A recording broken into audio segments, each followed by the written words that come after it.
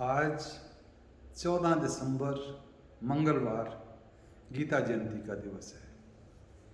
तो गीता जयंती के दिवस पर हमने ये सोचा कि गीता जयंती क्या, कहाँ, किसके द्वारा, किसने सुनी, गीता कैसे कही गई वो, और उसकी आज भी हमारे जीवन में सार्थकता क्या है, इस पर चर्चा करने का आज निर्णय लिया है। गीता जयंती इस पर 14 दिसंबर को है। लास्ट ईयर ये 2020 में 25 दिसंबर को थी, 2022 में ये 3 दिसंबर को आएगी। ये जो इंग्लिश कैलेंडर है इसकी डेट्स तो वेरी करती रहती हैं, परंतु ये मार्ग शीर्ष की एकादशी वाले दिन में है। ये युद्ध के मैदान में कही गई है। अर्जुन ने भगवान को कहा कि मेरा रथ दोनों सेनाओं के बीच में ले जाओ।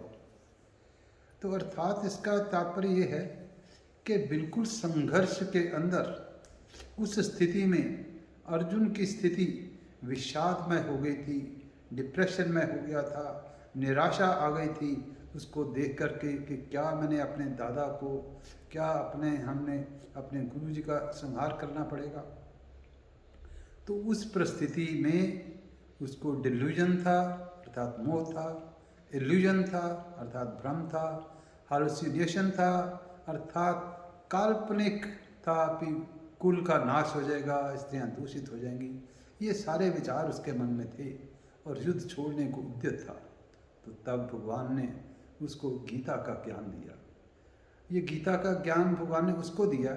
हमारी भी अक्सर स्थिति ऐसी होती है कि जिस समय हमारी कोई परीक्षा होती है, कोई ऐसा पर्व होता है, तो हमारा ज्ञान विचलित होना शुरू हो जाता है, हमें ज्ञान भूलना शुरू हो जाता है, क्योंकि हमारा फोकस नहीं रहता, हमारा मन भ्रमित होता है, हमारा मन मोहित होता है। हम काल्पनिक आगे ऐसा होगा उसमें चले जाते हैं, या भूत में चले जाते हैं, या भविष्य में चले जाते हैं, वर्तमान में नहीं रहते।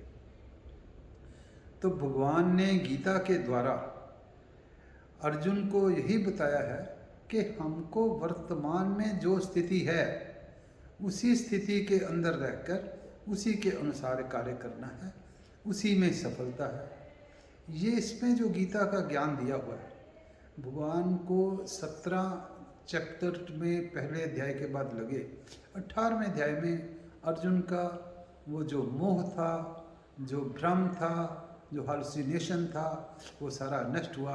उसने कहा कि नष्टो मोहा स्मृतिर्लब्धा, कि मेरा मोह नष्ट हो गया, अब भगवान जैसे आपने मेरे को कहा है मैं वैसे ही करूँगा।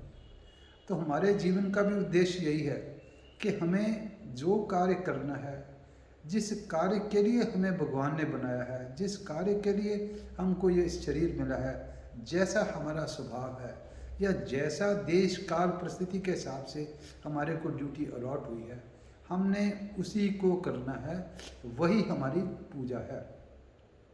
प्रायः यही लोग समझते हैं कि गीता का अध्ययन तो रिटायरमेंट के बाद करेंगे। वस्तुतः ऐसी बात कदाचित नहीं है, क्योंकि गीता का अध्ययन जो है, जब आपकी बॉडी एक्टिव है, जब आप कर्म कर रहे हैं, तो तब आपका कर्म अगर बढ़िया होगा, कर्म अगर लक्ष्य पर निर्धारित रहेगा, तो आपको सक्सेस मिलेगी। गीता में भगवान ने यह भी कहा था कि ये जो ज्ञान मैंने दिया, इमं विवस्वते ज्ञानम प्रोक्तवाहम अव्ययम, ये मैंने ज्ञान सृष्टि के शुरू में सूर्य को दिया, परंतु समय के साथ साथ ये ज्ञान लुप्त हो जाता है। कौन सा ज्ञान लुप्त हो जाता है? लुप्त प्रायः जो लोग हम भक्ति करते हैं वो दिखाई देता है, जो ज्ञान भगवान के बारे में है, आत्मा के बारे में, वो भी दिखाई देता है। लुप्त वो ज्ञान हो जाता है कि अपना कर्म करना ही पूजा है। ये उस टाइम भी लुप्त था, अर्जुन भूल गया था, हम भी भूल जाते हैं कि अगर हमें और कोई परिस्थिति नहीं मिलती तो जो हमारा अलॉटेड कर्म है उसको करना ही पूजा है। जैसे यत्ता प्रवृत्तिर्भूतानाम येन सर्वमिदं ततम स्वकर्म न तम भर्च सिद्धिम विद्यति मानता, कि हम जो है भगवान के बनाए हुए हैं, जो हमको भगवान ने दी हुई क्षमता, वो अपनी क्षमता को कर्म रूप में जो हम प्रस्तुत करेंगे तो वही हमारी जो पूजा है। तो गीता एक विषय पे नहीं चलती, चाहे इसका प्रयोजन उसके मोह को नष्ट करना था, पर रास्ते में गीता में ये भी ध्यान बताया है कि चाहे अगर सांख्य योग का भी ज्ञान है, तब भी भगवान ने कहा कि सांख्य योग में आत्मा अमर है, इसको छोड़ पर तू युद्ध कर। तो हमारे को खास करके युवा वर्ग को इससे यही प्रेरणा लेनी है कि अर्जुन के लिए चाहे युद्ध कर है, पर हम अगर ऑफिस में बैठे हुए हैं तो हमारा काम करना पूजा है। अगर कोई रक्षा चालक भी है तो उसका रक्षा ध्यान से करना, वो भी देश की सेवा भी है, पूजा भी है। अगर कोई इंजीनियर है उसका अपना काम करना भी पूजा है। अगर कोई मिलिट्री में है उसकी देश सेवा भी है, उसकी पूजा भी है। तो ये एक प्रेरणादायक ग्रंथ है जो कि उपनिषदों का, वेदों का सार ही इसमें निहित है। पर वो सार जो था, उपनिषद है जो वेद हैं, वो शायद ऋषि मुनियों ने जंगल में एकांत में लिखा है, परंतु उसका जो सार जो अब प्रैक्टिकल यूज में लाना है, ये संघर्ष के स्थान पे युद्ध से ज़्यादा संघर्ष का कोई स्थान नहीं हो सकता। युद्ध से भागने को उद्यत अर्जुन को दोबारा युद्ध में लगाने से बढ़िया और कोई नहीं हो सकता।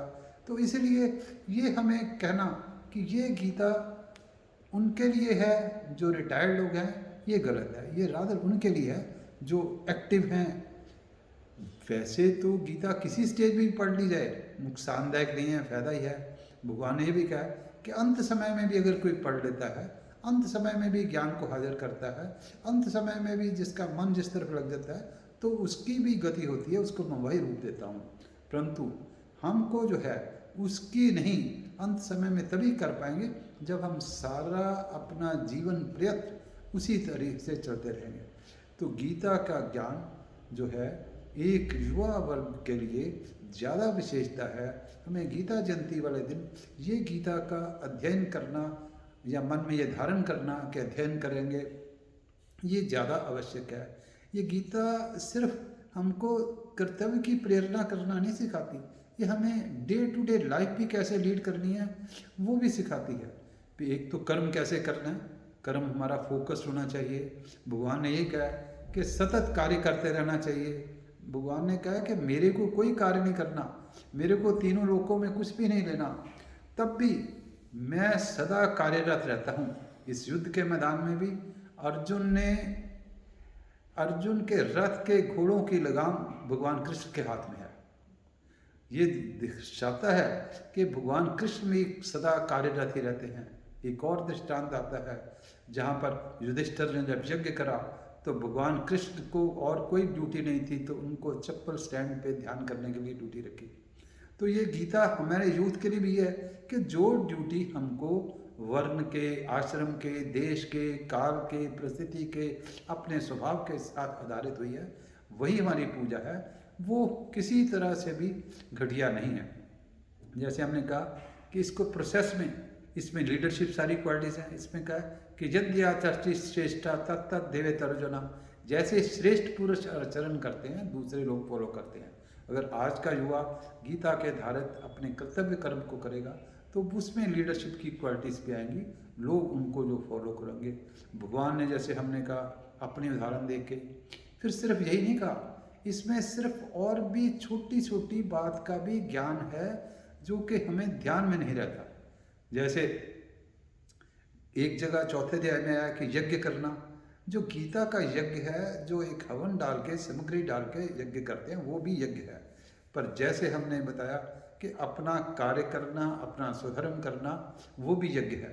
एक जगह चौथे अध्याय में आया है, भगवान ने कहा कि किसी संत के पास जाओ, किसी ज्ञानी पुरुष के पास जाओ, किसी ब्रह्म ज्ञानी के पास जाके भी आप उससे ज्ञान धारित करो, वो ज्ञान ही आपके सब तरह के मोह को नष्ट कर देगा। परंतु उसके अगले श्लोक में, चौथे अध्याय के 38वें श्लोक में भी भगवान ने ये कह दिया कि उसको जो ज्ञान वहाँ से लेना है, ब्रह्म ज्ञानी से पुरुष से लेना है, वही ज्ञान आपको अपने कर्तव्य करते हुए भी मिलेगा। नहीं ज्ञान सदृश पवित्र में मध्य तत्स्व योग संसिद्धि काले नात्मनि विनती। ये बहुत काल से जो अपने योग को अर्थात अपने कर्तव्य को करते हुए भी वही ज्ञान मिल सकता है जो कि किसी के गुरु के पास, किसी ब्रह्म ज्ञानी के पास जाकर करता है। तो इसका अर्थात यही है कि हम युवा जो भी है अपने अपने कर्तव्य को करते चले। फिर इसको हमको समझाने के लिए अगले अध्याय में भी ऐसा उन्होंने समझाया कि सांख्य योग और दूसरा योग, योग अर्थात जो कर्म योग है, ये सेम ही है, एक ही है। जहाँ पर ज्ञानी जाता है वहाँ ही कर्मयोगी जाता है, पर कर्मयोगी आसान है। तो इसलिए हमको अपनी ड्यूटी करते हुए ही हमारी वो पूजा हो जाएगी, कर्मयोगी हो जाएंगे, हमारा ज्ञान हो जाएगा। और इसमें छोटी छोटी बातों का भी ध्यान दिया है कि युक्ताहार विहारस्य, कि हमने कैसे खाना पीना कैसे है, मॉडरेशन में करना हमने। फिर इसमें अपने पे सेल्फ कॉन्फिडेंस पे भी छठे अध्याय में आता है, उद्रेद आत्मनात्मानम आत्मानम साधयेत, अपने पे कॉन्फिडेंस रखो। आपका मन ही स्वयं आपका दुश्मन है, आपका मन ही स्वयं आपका मित्र है। तो आपको मन को संयमित रखना है, सतत कार्य करना है। फिर आगे आगे फिर भगवान ने ऐसे बताया कि मेरे को समत्व रूप में देखो, सब जगह देखो, मैं ड्यूटी में भी मैं ही, मेरे को देखो, सब जगह मेरा रूप के देखो, अपने अहम भाव से कार्य ना करो। तो अगर अहम भाव से करेंगे या फ्यूचर का सोच के करेंगे तो हमारी जो कार्य क्षमता कम होगी। जब कार्य क्षमता कम होगी तो रिजल्ट भी ठीक नहीं निकलेगा। अगर हम गीता के ध्यान से करेंगे तो हमारे को दैनिक जीवन में भी, व्यवहारिक जीवन में भी, संसारिक जीवन में भी ये गीता हमें सीक्रेट ऑफ सक्सेस के तौर पर ही लगेगी। ये सफलता की कुंजी ही रहेगी, और सफलता की कुंजी रहेगी, साथ में इसमें जो है हमें शांति भी मिलती रहेगी। नहीं तो या तो हमको शांति मिलेगी या हम समृद्धि प्रॉस्पेरिटी मिलेगी। पर गीता के माध्यम से कर्तव्य करते हुए चाहे हमारी समृद्धि का, दुनिया के वस्तुओं का लेने का उद्देश्य नहीं है, परंतु वो हमें एज ए बाई प्रोडक्ट मिलती रहेंगी, और हमें जो शांति मिलेगी, हमारा जीवन भी शांतिमय रहेगा, और अंत समय में भी हमको कोई परेशानी नहीं होगी, क्योंकि ये तो नीति की निर्धारित है ही है कि कब किसने जाना है उसके अनुसार जाना है, तो वो इसको विचलित नहीं होगा। जीवन में भी मात्रा स्पर्शास्तु कौन्तेय शीतोष्ण सुख दुखदा, कि दुनिया में उतार चढ़ाव तो आते ही रहते हैं, सुख दुख जब तक हैं जीवन में आते ही रहते हैं। गीता हमें ये ध्यान देती है, यम्मी ना व्यथयन्त्यते, कि जो धीर पुरुष है वो व्यथित नहीं होता, वो अपने कर्तव्य में संलग्न रहता है। इसके अलावा भी कौन सी ऐसी चीज़ है जो भगवान ने इसमें छोड़ी हो। आहार के तौर पे उन्होंने बताया कि आहार जो है युक्ताहार विहार से, मॉडरेशन में खाया जाए।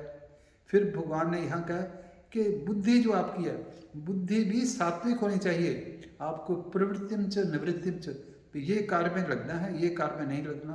आपकी बुद्धि की जजमेंट, जो विवेक है, वो ठीक होना चाहिए।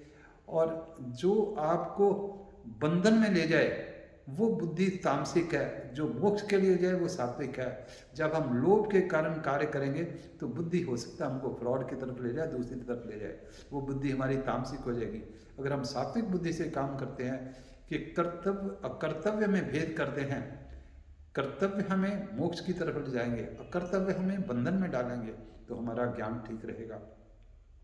फिर धृति है, धैर्य, कंसिस्टेंसी, जो भी हम काम कर रहे हैं उसमें कंसिस्टेंसी भी प्रॉपर है। जो धैर्य, जो हम भगवान की तरफ काम करने का या आगे हमें अपने कर्तव्य करने का, वो एक कंसिस्टेंसी से करते जाए तो हमको कल्याण रहेगा। धृति भी इसमें आई, भगवान ने बता दिया। इसमें भगवान ने क्रोध भी ऐसे, अभी क्रोध नहीं करना हमको। क्रोध से एक क्षोभ होता है, क्रोध होता है, जो किसी को समझाने के लिए वो करा जाए तो वो क्रोध नहीं है, पर जो हम अपने पे करते हैं वो हमारा नुकसान भी करता है, किसी का फायदा नहीं करता। ऐसे ही सुख भी 3 तरीके का है, ऐसे ही ज्ञान भी 3 तरीके का है, सात्विक, राजसिक, तामसिक। और देवी पुरुष के भी क्वालिटीज बताई हैं कि हमारे देवी पुरुष अगर लेंगे तो अंतःकरण की शुद्धि होगी, अंतःकरण की हमारी बुद्धि शुद्ध होगी, अंतःकरण की शुद्धि होने से भी हमारा कार्य क्षमता बढ़ेगी और हम जीवन में भी सफल होंगे और भगवान की तरफ भी चलेंगे। ऐसे गीता में कई तरह के, कोई भी ऐसा नहीं होगा कि कैसे युक्ता, सोना जागना भी नियमित होना चाहिए। हमारा जो सारे जो सृष्टि में जो हमारी जो ड्यूटी है वो लौट कर होनी चाहिए, नियमित रूप से होनी चाहिए। हमें जो भगवान ने शरीर दिया है ये हम भगवान की अभिव्यक्ति है, हमको ये अपने खुशी प्रकट करने के लिए शरीर मिला है। तो हम अपने स्वाभाविक कार्य द्वारा करते हुए इसको खुशी से करते रहें, खुशी से हम प्रकट करते रहें। तो ये जब हम ऐसा करते रहेंगे तो हमारा गीता का जो ज्ञान है सार्थक होगा।